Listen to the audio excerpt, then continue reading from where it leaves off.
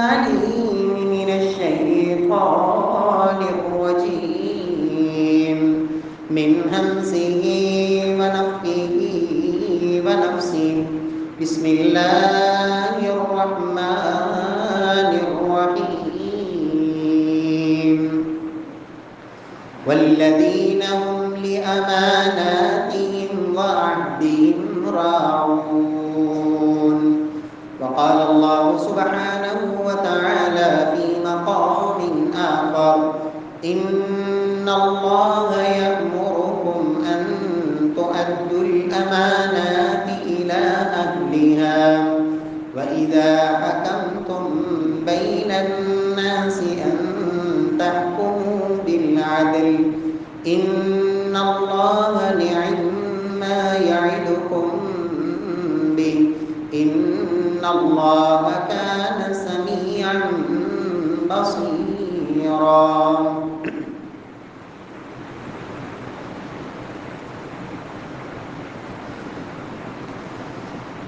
إن الله يأمركم أن تؤدوا الأمانات إلى أهلها بے شک اللہ سبحانہ و تعالی تمہیں حکم دیتے ہیں کہ امانتیں ان کے اہل لوگوں کے سپرد کر دو ان اللہ نعم ما یعظکم بہ اور رب العالمین اس بات کا بھی حکم دیتے ہیں ان تحکموا بالعدل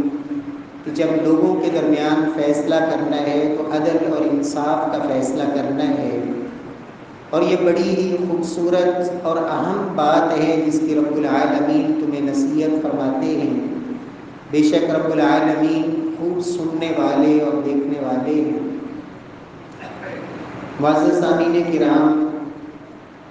محترم بھائیوں بزرگوں دوستوں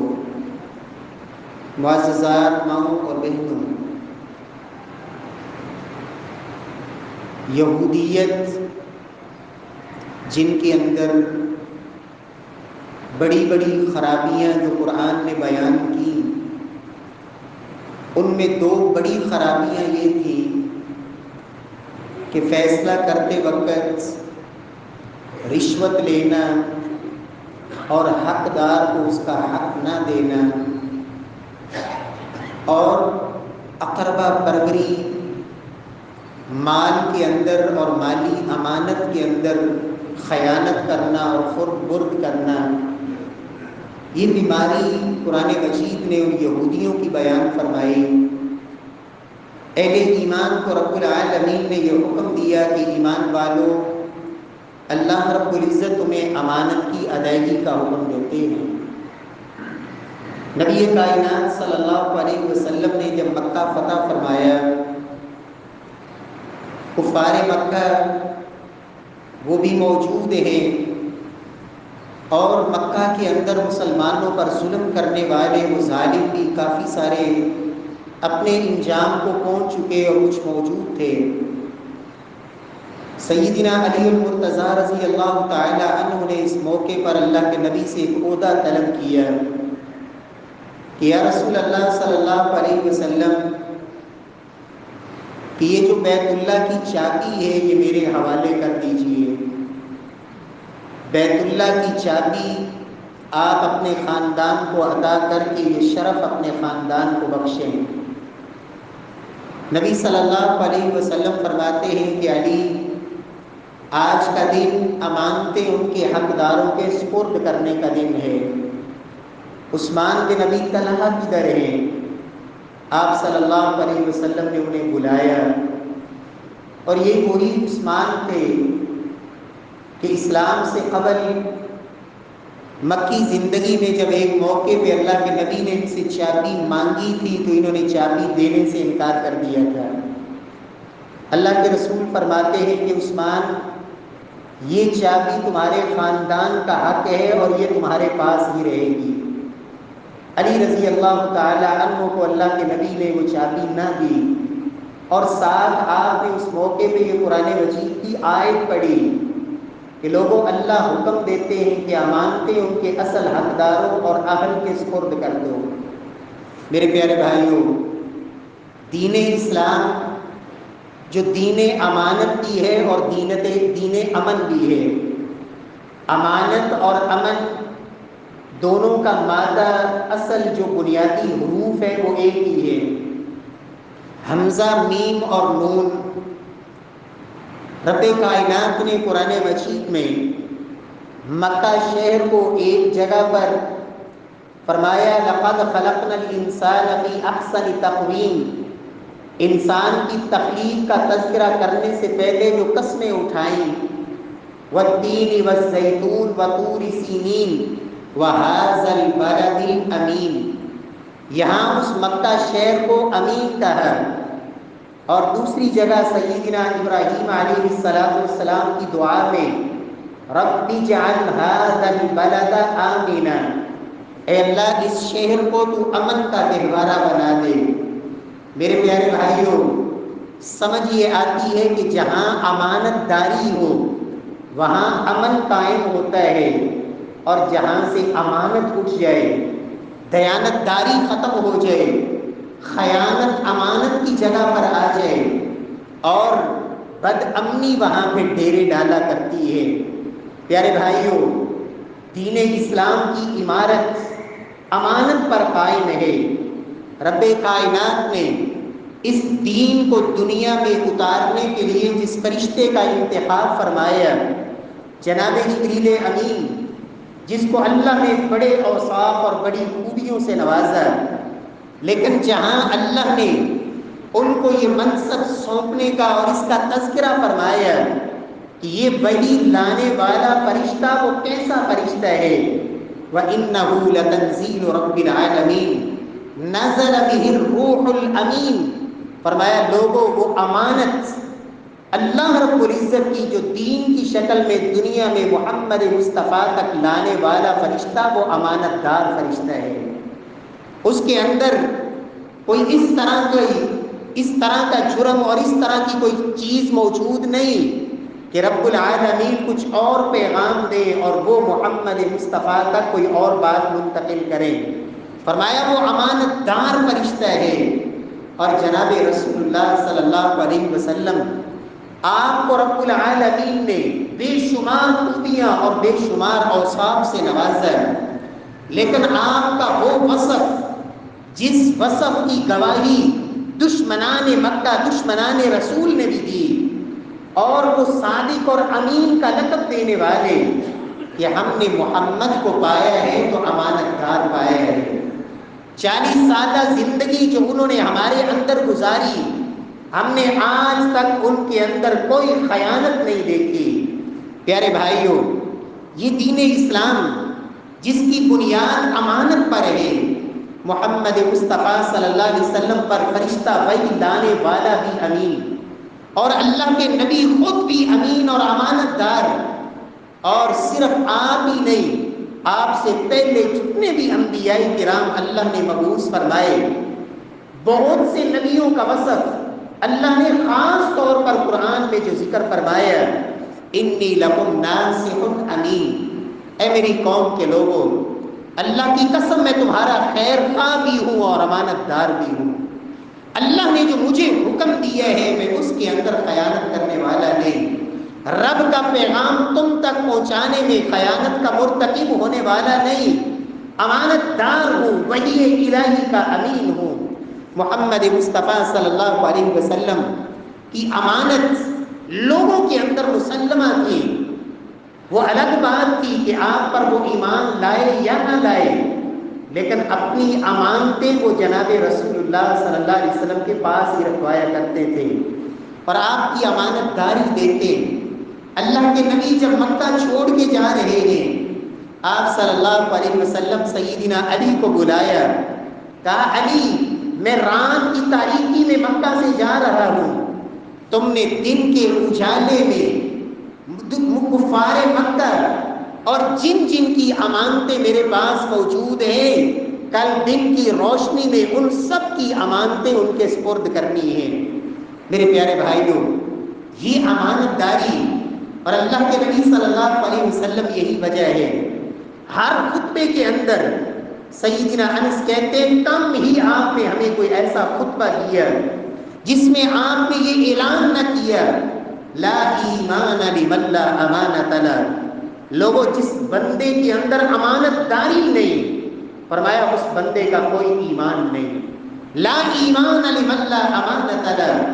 ایمان امانت داری کا نام ہے۔ پیارے بھائیوں، اسلام کے اندر امانت کا دائرہ کار بڑا وسیع ہے۔ عبادت اس کو بھی امانت کہا گیا ہے۔ ابن مسعود رضی اللہ تعالیٰ عنہ کہتے ہیں، لوگوں تمہاری یہ نماز یہ بھی امانت ہے، تمہارا روزہ، تمہارا وضو، یہ ماپ اور تول یہ امانتیں ہیں، اور تمہیں رب العالمین نے اگر کوئی عہدہ دے دیا، وہ عہدہ تمہارے پاس امانت ہے۔ اگر تمہارے کندھوں پر کوئی ذمہ داری آن پڑی ہے، مسئولیت ہے، تمہارے پاس وہ ذمہ داری امانت ہے، تم نے کسی کام کی ذمہ داری اٹھا لی ہے، اس کام کو اسی انداز میں سر انجام دینا جو اللہ اور اس کے رسول کا حکم اور اس کا آرڈر ہے، یہ امانت ہے۔ اور اس سے بھی آگے تمہاری اولاد یہ بھی تمہارے پاس امانت ہے کہ ان کی صحیح تربیت کی جائے، ان کو اللہ کی پہچان اور رب کی معرفت اور اللہ کا بندہ بنایا جائے، یہ تمہاری ذمہ داری، یہ اولاد تمہارے پاس امانت ہے، اس کے بارے میں بھی تم سے پوچھا جائے گا۔ بیوی بھی امانت ہے۔ پیارے بھائیوں، اللہ کے نبی صلی اللہ علیہ وسلم فرماتے ہیں، لوگوں اس سے بڑا خائن کوئی نہیں جو دنیا کے اندر اپنی بیوی کے ساتھ وہ خلوت اور تنہائی کی باتیں اور وہ راز کسی کے سامنے جب ذکر کرتا ہے، فرمایا یہ سب سے بڑی خیانت ہے۔ بیوی بھی خیانت ہے۔ یہ آنکھ، یہ کان، یہ رب نے جو جسم دیا اور اس جسم میں اللہ نے جو قوتیں دی ہیں، ان قوتوں اور طاقتوں کا صحیح استعمال یہ بھی میرے اللہ کی، میرے اور آپ کے پاس اور انسانوں کے پاس امانت ہے۔ اللہ کے نبی فرماتے ہیں، لوگوں کوئی شخص کسی انسان کے گھر میں جھانکتا ہے اس کی اجازت کے بغیر، فرمایا یہ خائن انسان ہے، اس نے آنکھ کی خیانت کی اور یہ اتنا بڑا جرم کیا اس نے کہ اگر وہ کچھ چیز مار کے اس کی آنکھ نکال دے، فرمایا میں محمد اس کی دیت کو رائگاں قرار دیتا ہوں، اس لیے کہ اس نے آنکھ کی خیانت کی ہے۔ میرے پیارے بھائیوں، امانت کا مفہوم اس سے آگے کہ اگر آپ کے پاس کسی نے مال رکھوا دیا، کوئی چیز آپ کے پاس آ گئی، وہ امانت ہے، اس کے اوپر آپ کا کوئی حق نہیں، وہ اصل حق اس کا ہے جو اس کا اصل مالک ہے، جس کی وہ چیز ہے اسی کے سپرد کیا جانا یہ ذمہ داری ہے۔ پیارے بھائیوں، اللہ کے نبی صلی اللہ علیہ وسلم ان کا یہ وصف جہاں دشمن مانتے تھے، جہاں اللہ کے نبی صلی اللہ علیہ وسلم کو وہ صادق اور امین اور آپ کے پاس امانتیں رکھواتے تھے، وہاں دوسرے ملک کے اندر جا کر اور ابو سفیان رضی اللہ تعالی عنہ اگرچہ اس وقت مسلمان نہیں تھے، جب روم کے اندر ہرقل بادشاہ کے سامنے کھڑے ہیں اور اس نے سوال کیا کہ وہ شخص جس نے تم میں نبوت کا دعویٰ کیا ہے اس کی دعوت کیا ہے، تمہیں بلاتا کس بات کی طرف ہے، اس کا پیغام کیا ہے، اس کے اوصاف اور اس کی خوبیاں کیا ہے، تو وہاں ابو سفیان انہوں نے بھی یہ کہا، یأمر بالصلاۃ والصدقۃ والعفاف والوفاء بالعہد واداء الامانہ، جہاں ہمیں وہ نماز کا حکم دیتا ہے، روزے کا اور صدقہ خیرات کا حکم دیتا ہے، وہاں وعدوں کو وفا کرنا اور امانت کو اس کے حقدار کے سپرد کرنا ہمیں وہ اس بات کا بھی حکم دیتا ہے۔ اور سیدنا جعفر رضی اللہ تعالی عنہ نے اللہ کے نبی کی مجلس میں نہیں بلکہ حبشہ کے ملک میں ادھر رومی بادشاہ کے سامنے محمد مصطفیٰ کا وصف اور آپ کی دعوت اور آپ کا پیغام یہ پیش کیا جا رہا ہے کہ وہ ہمیں امانت کی ادائیگی کا حکم دیتے ہیں۔ ادھر سیدنا جعفر طیار جب حبشہ کے ملک میں نجاشی بادشاہ کے سامنے جب کفار مکہ کی طرف سے 2 سفیر اور 2 شخص بھجوائے گئے کہ یہ ہمارے بھگوڑے اور غلام ہیں، ان کو ہمارے حوالے کیا جائے، سیدنا جعفر اور ان کے ساتھیوں کو جب نجاشی نے اپنے سامنے بلایا اور اس نے ان سے پوچھا، سوال کیا کہ تمہارا پیغام کیا ہے، دعوت کیا ہے، یہ جو لوگ کہتے ہیں اس کی حقیقت کیا ہے۔ سیدنا جعفر رضی اللہ تعالی عنہ نے وہاں جو اللہ کے نبی کی دعوت کا خلاصہ پیش کیا، کہا اے بادشاہ، ہم ظالم لوگ تھے، کمزوروں پہ ظلم کیا کرتے تھے، جس کی لاٹھی اس کی بھینس، جس کے پاس قوت اور طاقت ہوتی جو چاہتا کرتا، ہم کمزوروں کا حق کھا جایا کرتے تھے، ہم لوگوں کی امانتیں ان کو ہڑپ کر جایا کرتے تھے، ہم زنا کیا کرتے تھے، ہم شراب نوشی کیا کرتے تھے، ہم بتوں کی پوجا کیا کرتے تھے۔ اللہ نے ہم میں ایک شخص ایسا مبعوث فرمایا جس کے ہم نسب کو بھی جانتے ہیں، جس کے ہم ان کے اوصاف کو بھی پہچانتے ہیں۔ اس نے ہمیں حکم کیا دیا، لوگوں عبادت ایک اللہ وحدہ لا شریک کی کرنی ہے، اس ذات کو چھوڑ کر کسی کے سامنے سجدہ نہیں کرنا۔ اس نبی کی دعوت یہ ہے، لوگوں سچ بولو، جھوٹ نہیں بولنا، جھوٹ سے اپنے آپ کو بچاؤ۔ اس نبی کی دعوت یہ ہے، لوگوں کسی پہ تہمت نہیں لگانی، لوگوں کسی کا مال نہیں کھانا، لوگوں کسی کے اوپر ظلم نہیں کرنا۔ اگر اللہ کوئی انسان کو ذمہ داری دے دے، اس کے اندر خیانت نہیں کرنی،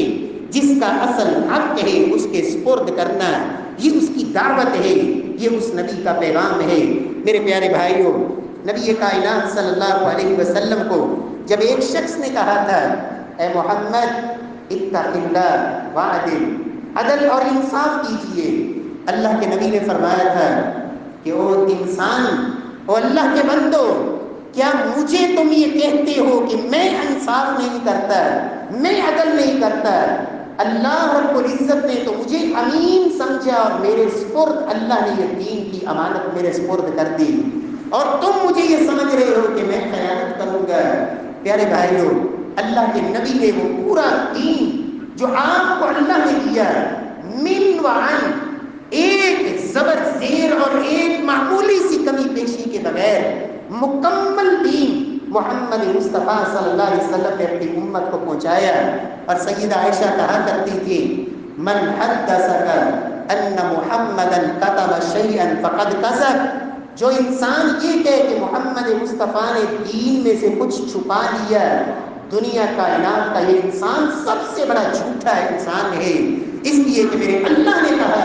بلغ ما انزل الیک من ربک، اے محبوب جو اللہ نے آپ کو دیا ہے امت تک پہنچا دیجئے۔ امام مالک کہا کرتے تھے وہ انسان جو دین میں بدعت کو رائج کرتا ہے، بدعتی انسان، دین میں اضافے کرنے والا، اپنی من مرضی کا دین گھڑنے والا، دین کے اندر عبادت کے نام پہ،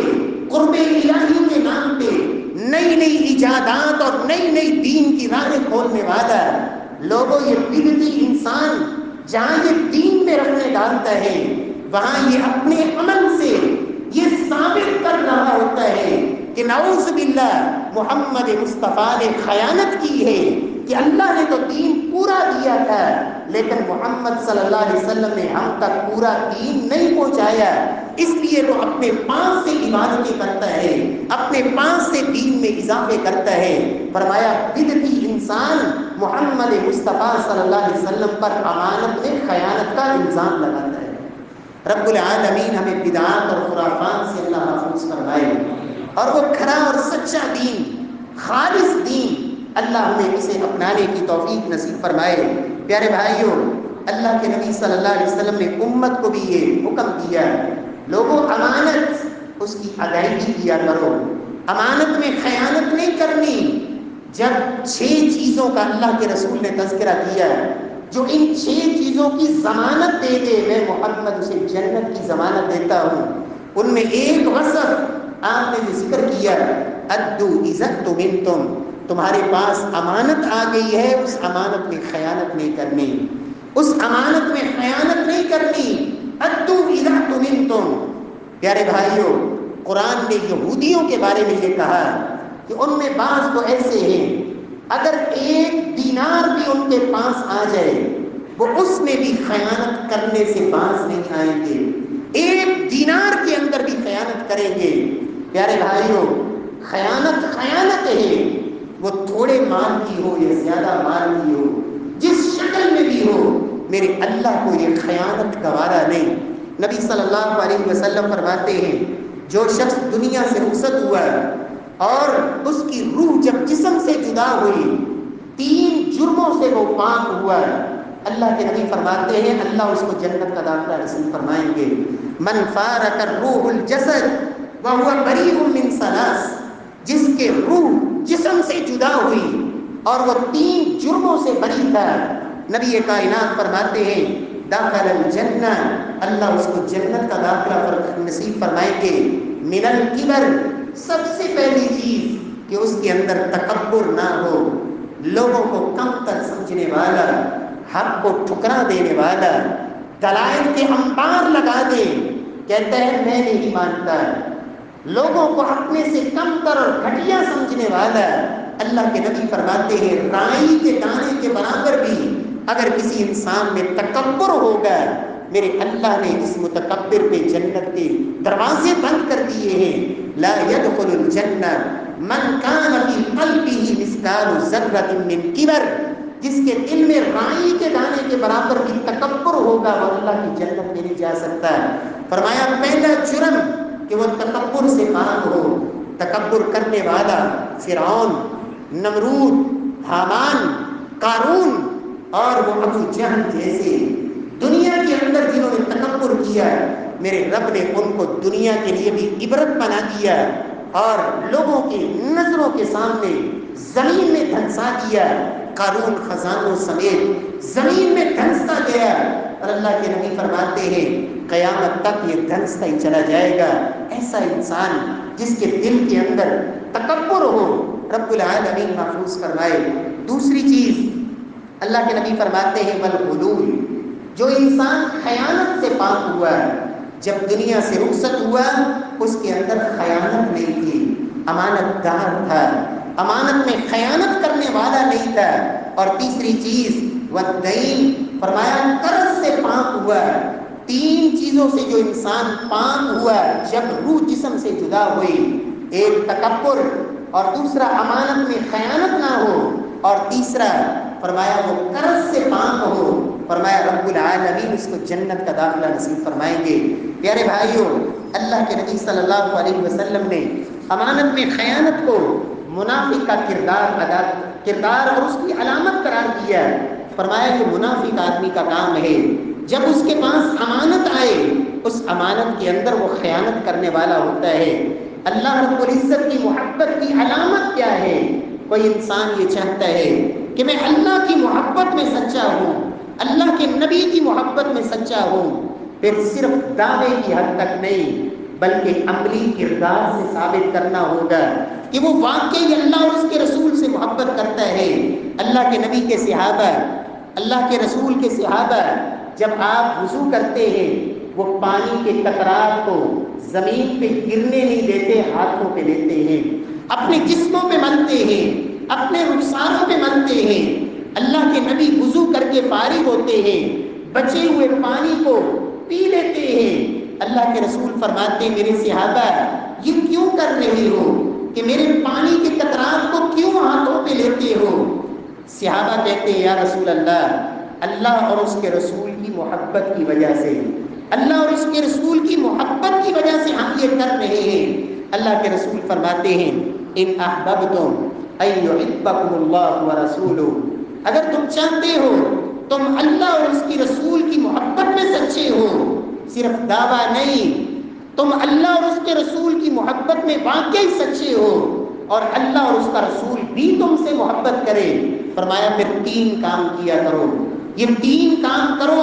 اللہ تم سے محبت کرے گا اور تم بھی اپنے اللہ کی محبت میں سچے ہوگے، اللہ کا رسول تم سے محبت کرے گا اور تم بھی رسول کی محبت میں سچے ہوگے۔ فرمایا سب سے پہلی چیز ادو اذا تمنتم، جب تمہارے پاس امانت آئے اس کے اندر خیانت نہیں کرنی۔ فرمایا یہ ہے اصل اللہ اور اس کے رسول سے سچی محبت، امانت کے اندر خیانت نہیں کرنی۔ ادو اذا تمنتم واصدقوا اذا حدثتم، جھوٹ نہیں بولنا، واصدقوا اذا حدثتم، بولو تو ہمیشہ سچ بولو۔ فرمایا وَأَحْسِنُوا جِوَارَ مَنْ جَاوَرَكُمْ، اور اپنے ہمسائے کے ساتھ اچھا سلوک کرو۔ یہ 3 کام تم نے کرنے ہیں، امانت کی ادائیگی کرو اور سچ بولو، ہمسائے سے اچھا سلوک کرو۔ فرمایا جب تم یہ کام کرو گے عملی طور پر، پھر تم اللہ اور اس کے رسول کی محبت میں بھی سچے ہوگے اور اللہ اور اس کا رسول بھی تم سے محبت کریں گے۔ رب العالمین ہمیں عملی مسلمان بننے کی توفیق نصیب فرمائے۔ ادخلوا فی السلم کافہ، میرے رب کا مطالبہ یہی ہے،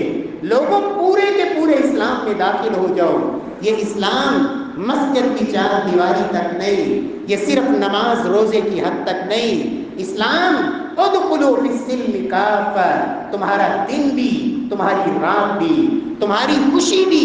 شادی بیاہ بھی، فوتگی اور مرگ بھی، تمہاری خوشیاں اور غمیاں بھی، تمہاری معیشت بھی، تمہاری معاشرت بھی، تمہاری یہ عہدے اور حکومتی مناصب اور منصب ہیں۔ فرمایا ادخلوا فی السلم کافہ، پورے کے پورے اسلام میں داخل ہو جاؤ۔ میرے پیارے بھائیوں، نبی کائنات صلی اللہ علیہ وسلم کی تعلیم یہ بتاتی ہے کہ لوگوں، جب انسان کے اندر امانت آ جائے پھر اللہ دنیا میں عزتیں دیتے ہیں، آخرت میں تو اللہ نے امانت داری کی وجہ سے وہ عظمت رکھی ہے۔ اگر انسان واقعی ہی امانت دار ہو، میرا رب پھر کیسے عزتیں دیتا ہے۔ کفار مکہ اللہ کے نبی صلی اللہ علیہ وسلم کے دشمن، اللہ کے نبی صلی اللہ علیہ وسلم کے دشمن، لیکن کیا کہتے ہیں جب بیت اللہ کی تعمیر کے موقع پہ حجر اسود کو نصب کرنے کی بات آئی، آپس میں قبائل کا اختلاف، ہر قبیلہ یہ اعزاز پانے کے لیے بےتاب ہے کہ حجر اسود کو نصب کرنے کا شرف ہمارے خاندان کو ملنا چاہیے۔ فیصلہ کیا ہوتا ہے؟ کل صبح جو سب سے پہلے بیت اللہ میں داخل ہوگا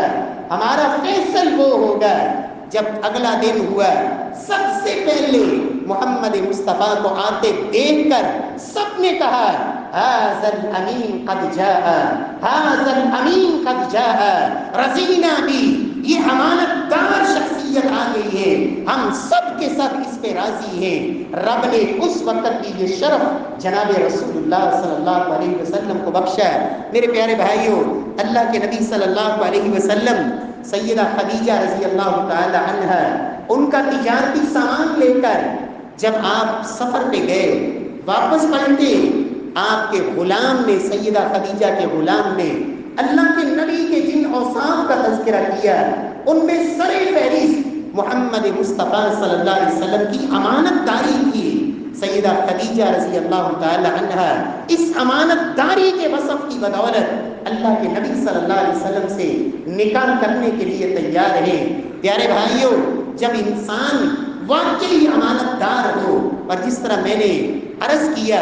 امانت اللہ کا قرآن بھی امانت ہے، عبادات بھی امانت، یہ جسمانی قوتیں بھی امانت، مالی تحائف بھی امانت، عہدہ بھی اور منصب بھی امانت، اولاد بھی امانت۔ امانت کے اندر اگر انسان خیانت کرنے والا نہ ہو، پھر میرا اللہ کیسے عزتیں دیتا ہے۔ سیدنا یوسف علیہ السلام، پورا قرآن کے اندر قصہ تفصیل سے موجود ہے، کہاں کنویں میں پھینکے جانے والے، کہاں وہ جیل میں ڈالے جانے والے، سیدنا یوسف علیہ السلام، قرآن نے ان کے بہت سے اوصاف کا تذکرہ کیا، لیکن رب کائنات نے جہاں ان کو اللہ سبحانہ و تعالی نے شاہی اختیارات سے نوازا، عہدہ دیا، منصب دیا، مصر کا اقتدار دیا، وہاں جو وصف خاص طور پر قرآن نے ذکر کیا، سیدنا یوسف کو جیل سے نکالنے کے لیے پیغام آیا، کہا نہیں، اس وقت تک نہیں جاؤں گا جب تک یہ مسئلہ، یہ جو میرے اوپر الزام ہے، یہ واضح نہ ہو جائے۔ انی لم اخنہ بالغیب، میں نے جو میرا ذمہ دار تھا اس کے گھر میں رہتے ہوئے بھی میں نے خیانت نہیں کی۔ یوسف نے اس کے گھر میں خیانت نہیں کی۔ بات آگے بڑھی، جب عزیز مصر کی بیوی سے پوچھا گیا، اس نے اقرار کیا، انا راودتہ عن نفسی، واقعی یوسف بے عیب اور پاک تھا،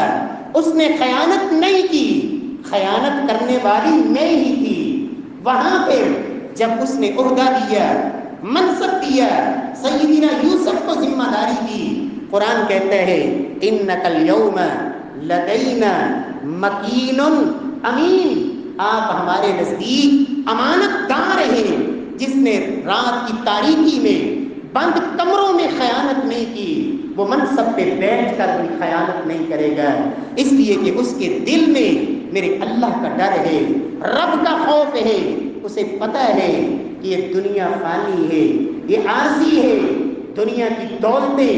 دنیا کے خزانے، ان کی کوئی حیثیت نہیں، میں نے اپنے رب کو جان دینی ہے۔ اور اس منصب پر بیٹھ کر بھی یوسف خیانت نہیں کرے گا۔ سیدنا یوسف کو یہ عہدہ ملا، یہ ذمہ داری ملی امانت کی بدولت، اور امانت میں خیانت نہ کرنے کی بدولت۔ سیدنا موسیٰ علیہ السلام مصر سے مدین کی طرف روانہ ہوتے ہیں، فرعون کے ظلم سے بچنے کے لیے، تھکے ہارے مسافر، سفر کی مشکلات، وہاں بیٹھے ایک درخت کے نیچے اور اللہ سے التجا کر رہے ہیں، رب انی لما انزلت الی من خیر فقیر، اللہ تیری طرف سے ملنے والی خیر کا میں سوالی، محتاج اور ضرورت مند ہوں۔ سیدنا موسیٰ علیہ السلام بکریوں کو پانی پلایا، بچیوں کے معاملے میں خیانت نہیں کی، ان کی عزت، اس کی طرف نظر اٹھا کے دیکھنا بھی گوارا نہیں کیا۔ یہی بچیوں میں سے ایک بچی جب بلانے آئی، گھر میں لے کے گئی، اور اس کے باپ کو کیا کہتی ہے اپنے باپ کو، یا ابت استاجرہ ان خیر من استاجرت القوی الامین، ابا جان اسے ملازم رکھ لیجئے، اسے اپنا ملازم رکھیے، اس لیے کہ جو ملازم اس کے اندر دو خوبیاں ہوں، وہ واقعہ ہی اس ذمہ داری کو نبھانے کا اہل ہو، اس کے اندر طاقت ہونی چاہیے، نااہل نہ ہو، اور دوسری چیز کہ ملازم وہ ہونا چاہیے جو امانت دار ہو، وہ خائن نہ ہو۔ ابا جان یہ طاقتور بھی ہے، امانت دار بھی ہے، اسے ملازمت دیجئے۔ سیدنا موسیٰ علیہ السلام مسافر تھے، کچھ نہیں تھا، اللہ نے ملازمت بھی دی، رب نے رزق بھی دیا، اللہ نے رہائش بھی دی، اور پھر دنیا کی بہترین نعمت کہ انسان کو اللہ نیک بیوی نصیب فرما دے۔ نیک بیوی سیدنا موسیٰ علیہ السلام کو اللہ نے یہ نیک بیوی بھی نصیب فرمائی۔ میرے پیارے بھائیوں، رب العالمین ہم سب کو، جن کو اللہ نے جو بھی صلاحیت دی ہے، اللہ اس کے اندر امانت کو ادا کرنے کی اللہ توفیق نصیب فرمائے۔ خیانت کرنا مسلمانوں کا شیوا نہیں، خائن ہونا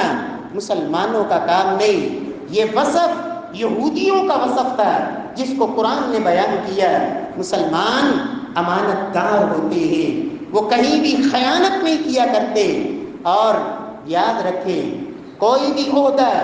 کوئی بھی منصب، وہ دنیا کے لحاظ سے ہو یا دین کے لحاظ سے ہو،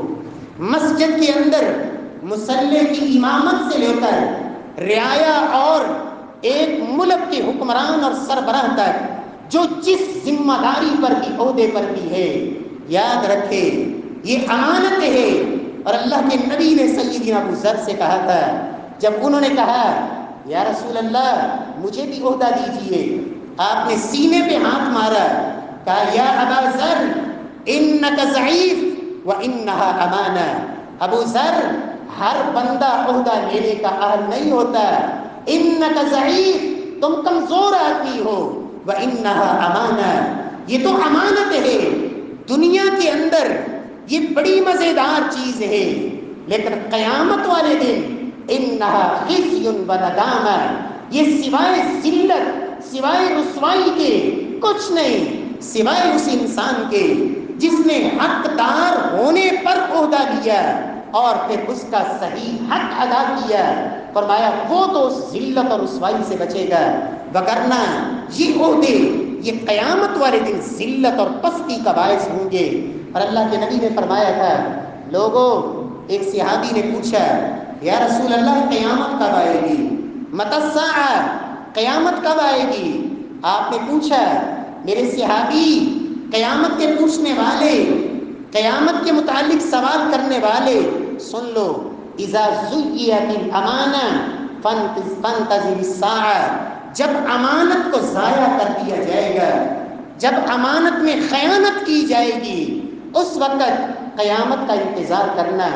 صحابی سوال کرتا ہے کیف اذاعتها، یا رسول اللہ امانت ضائع کیسے ہوگی؟ فرمایا اذا وسد الامر الى غیر اہلہ فانتظر الساعہ، جب معاملہ، جب عہدہ، جب منصب،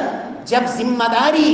جب ایسے شخص کے سپرد کر دی جائے گی جو اس ذمہ داری کا اہل نہیں ہوگا، نااہل انسان، اس کی ذمہ داری سپرد کی جائے گی، فانتظر الساعہ، فرمایا پھر قیامت کا انتظار کرنا۔ پیارے بھائیوں، رب العالمین ہم سب کو بھی توفیق دے کہ ہم اپنے آپ کے اندر امانت داری کو پیدا کریں۔ لیکن یاد رکھیں، یہ جو حکمران ہوتا ہے، رعایا، عمر بن عبد العزیز رحمہ اللہ وہ کہا کرتے تھے، لوگوں، حکمران کی مثال وہ ایک بازار کی مانند ہوتی ہے کہ جو چیز بازار میں آتی ہے وہی بکتی ہے۔ اگر حکمران وہ خائن ہوگا، وہ جھوٹا ہوگا، وہ فسق و فجور میں مبتلا ہوگا، اس کا یہ جرم نیچے تک رعایا کے اندر منتقل ہوگا۔ اور اگر امانت دار ہوگا، سچ بولنے والا ہوگا، اللہ کا خوف دل میں بٹھانے والا ہوگا، وہی چیز رعایا میں منتقل ہوتی ہے۔ کہنے والوں نے کہا تھا الناس علی دین ملوکہم، لوگ اپنے بادشاہوں کے دین پہ ہوتے ہیں، جو ان کے نظریات ہوتے ہیں، جو ان کی سوچیں اور فکریں ہوتی ہیں، وہی چیزیں نیچے تک منتقل ہوتی ہیں۔ پیارے بھائیوں، عمر فاروق رضی اللہ تعالی عنہ کا دور ہے، سیدنا فاروق اعظم جب ان کے دور میں ایران فتح ہوا، مسلمانوں نے اس وقت کی سپر پاور کیسر و کسرا کو توڑا، ایران فتح ہوا۔ ایران کا جو بادشاہ تھا، اس کا تاج اور اس کے سونے کے کنگن اور اس کا پوری وہ سونے کی وہ پوشاکیں اور لباس قیمتی، جس کے اندر قیمتی جواہرات جڑے ہوئے اور ایک ایک ہیرا اور موتی اتنا قیمتی، جب وہ ایران سے چلا، مدینے پہنچا، مسجد نبوی کے سین میں رکھا گیا، فاروق اعظم رضی اللہ تعالی عنہ نماز سے فارغ ہوئے، اس مال کے قریب پہنچے، اپنی چھڑی سے اس کو ہلانا شروع کیا، تاج کو دیکھا، پوشاک کو دیکھا، ایک ایک چیز کو دیکھا، اور کہتے کیا ہے، کتنے امانت دار ہیں وہ لوگ جو ایران سے یہ امانت یہاں تک لے کے پہنچے ہیں، اس لیے کہ یہ خمس تھا جو اللہ اور اس کے رسول کا حق ہے، جس سے حکومت کے معاملات چلائے جاتے تھے، اور جس کے اندر فقراء غرباء جو بیت المال کا ہوتا تھا۔ فرمایا کتنے امانت دار ہیں یہ لوگ کہ ایک موتی بھی اپنی جگہ سے ہلا تک نہیں، کتنی امانت داری سے انہوں نے یہ امانت پہنچائی۔ سیدنا علی نے اس موقع پہ کہا تھا، امیر المؤمنین آپ خود امانت دار ہیں، آپ کی رعایا امانت دار ہے، اگر آپ کے اندر خیانت ہوتی تو کبھی بھی یہ چیز آج اس حالت میں آپ کے سامنے نہ پہنچتی۔ میری اللہ سے دعا ہے کہ رب کائنات ہم سب کی اصلاح فرمائے، اللہ ہم سب کو امانت کی ادائیگی کی اللہ توفیق نصیب فرمائے، اور اللہ ہر قسم کی خیانت سے اللہ رب العزت محفوظ فرمائے، اور امانت اصل حقدار کے اللہ سپرد کرنے کی توفیق نصیب فرمائے۔ رب کائنات اس ملک پاکستان کو اللہ امن کا گہوارہ بنائے، اور وہ تمام ایسے بدبخت جو مسلمانوں کے بھی دشمن، ملک پاکستان کے بھی دشمن، اسلام کے بھی دشمن، جو چاہتے ہیں کہ یہ ملک پاکستان جس کے اندر امن اور سکون سے یہ پاکستان کے باسی رہ رہے ہیں، رب کائنات ایسے ظالموں کو اللہ عبرت بنا دے۔ وہ تمام کے تمام دشمن، وہ حقیقت میں وہ اسلام کے بھی دشمن ہیں، وہ مسلمانوں کے بھی دشمن ہیں، اور اس ارض پاک کے محافظ اور اس کے رکھوالے وہ جو کوئی بھی ہے وہ ان کے بھی دشمن ہیں۔ پیارے بھائیوں، اللہ سبحانہ و تعالی سے دعا ہے کہ رب کائنات جب تک زندہ رکھے اللہ ایمان پہ رکھے۔ اور رب کائنات ہمیں اپنی ان افواج کے ساتھ، پیارے بھائیوں اللہ کی قسم، بسا اوقات رات کے وقت ہم خود ان لوگوں کے ساتھ، ہمارے عزیز اور رشتہ دار، رات کی تاریکی میں کبھی سوچا کریں جب شدید دھند کی حالت ہوتی ہے، آپ اپنے گھر سے باہر گلی میں نہیں نکلتے، اور وہ نوجوان، اور اللہ جانتا ہے ہمارے عزیز وہ اس حالت میں برف کی ان چوٹیوں پر اور دشمن کے سامنے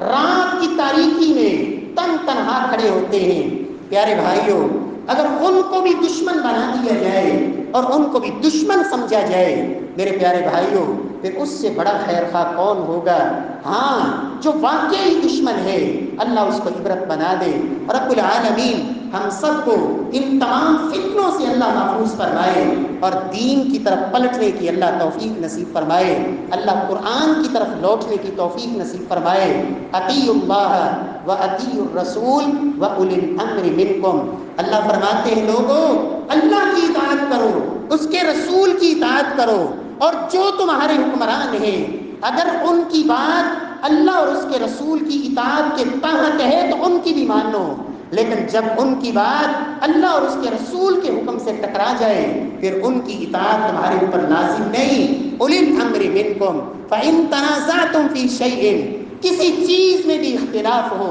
تو حل اللہ کا قرآن اور محمد مصطفیٰ کی سنت اور آپ کی سیرت ہے۔ وَأَقُولُ قَوْلِي هَٰذَا وَآخِرُ دَعْوَانَا